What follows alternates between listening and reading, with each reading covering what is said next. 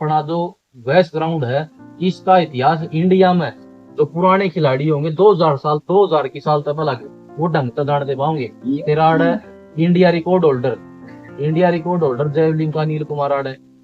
Asian game का India record holder रहा उड़ा, एशियन गेम में चौथा रहा उड़ा तेरा, ये बोलिया कर सुंदर तोराड़ है। फिर तेरा ओमपाल सिंह 1982 का एशियन गेम में वो आड़ है, चौथा रहा उड़ा एशियन गेम में जेवलिन का, इंडिया रिकॉर्ड उसका भी रहा उड़ा है। फिर आड़ा देवेंद्र सिंह आड़ा का, जिसमें इंडिया रिकॉर्ड करे उड़ा 120 का होल वर्ल्ड का यो ग्राउंड एक टाइम पर अब रह गया। ठीक है, वर्ल्ड चैंपियनशिप क्वालिफाई करे उड़ा जेवलिन का अनिल कुमार आड़ा का। तो अपन ऊपर कहा कि ग्रासिक के ऊपर खिलाड़ी को नहीं बन सकते।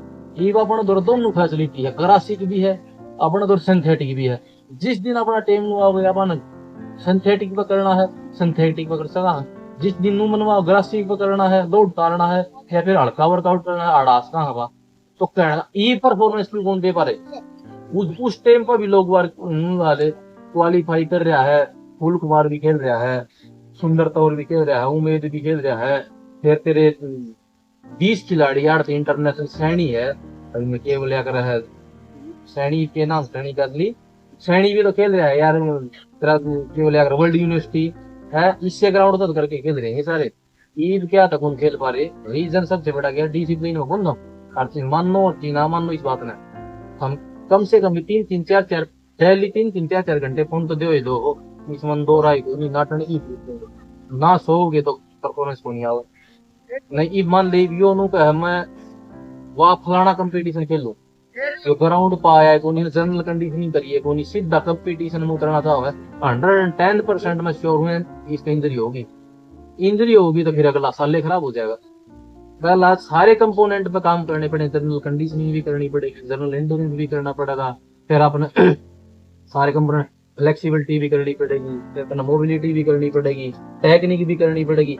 सबसे आखिरी का जो काम है टेक्निक प्लस स्पीड। टेक्निक ठीक होगी, स्पेसिफिक एंडोरेंस ठीक हो गया, स्पेसिफिक एंडोरेंस सब लास्ट में मतलब कि कंपटीशन तक पहला समझ रहा है, कंपटीशन तक पहला स्पेसिफिक एंडोरेंस में घुसते हैं फिर स्पीड में कन्वर्ट करने का काम है। अगर मैं ये स्पेसिफिक एंडोरेंस का मतलब क्या है समझ रहा है स्पेसिफिक एंडोरेंस क्या है।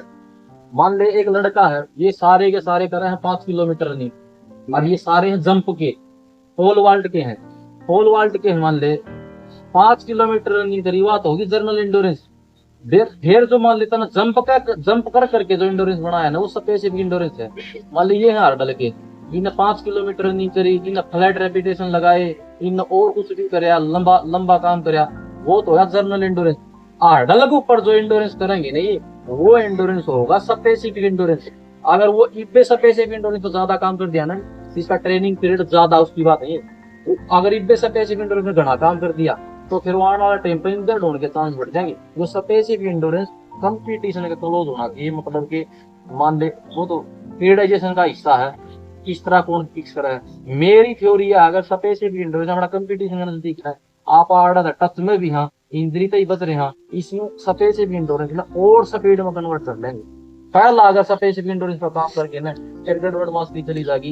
एक स्पेसिफिक एंडोरेंस तो पहला हो लिया, स्पीड में कन्वर्ट भी हो लिया, जिस टाइम पापा ने कंपटीशन लड़ना था उसका पहला अपनी स्पीड आ गई। स्पीड ने अगर कोई एलिट एथलीट होगा ना वर्ल्ड लेवल का वो ज्यादा तो ज्यादा 4 हफ्ते मेंटेन कर सकता, 4 हफ्ते नहीं तो 3 हफ्ते। नॉर्मल खिलाड़ी 3 हफ्ते स्पीड में मेंटेन कर सकता है। अगर उसका पहला मान लिया अपन स्पीड वर्क लगा लिया और अपनी स्पीड आ गई कंपटीशन 10 दिन पहला मेंटेन को 10 दिन पहला का मतलब समझ रहा है 21वां दिन अपना 10 दिन पहला बनने लग रहा। अगर उड़क स्पीड आ गई तो उसने अपन मेंटेन करके कंपटीशन में नहीं कर पाएंगे तो अपन कोशिश करनी पड़ेगी जितने भी कंपोनेंट है उनको ऊपर काम कराया जाए। अगर उन मतलब किसी भी कंपोनेंट में कमजोरी छोड़ दी, मान लिया अपन जनरल कंडीशनिंग में कमजोरी छोड़ दी इंजर्ड हो जाओगे, अपन इंडोरेंस में कमजोरी छोड़ दी आप जीत नहीं पाओगे। लैक्टिक एसिड जिस टाइम पर अपना रिलीज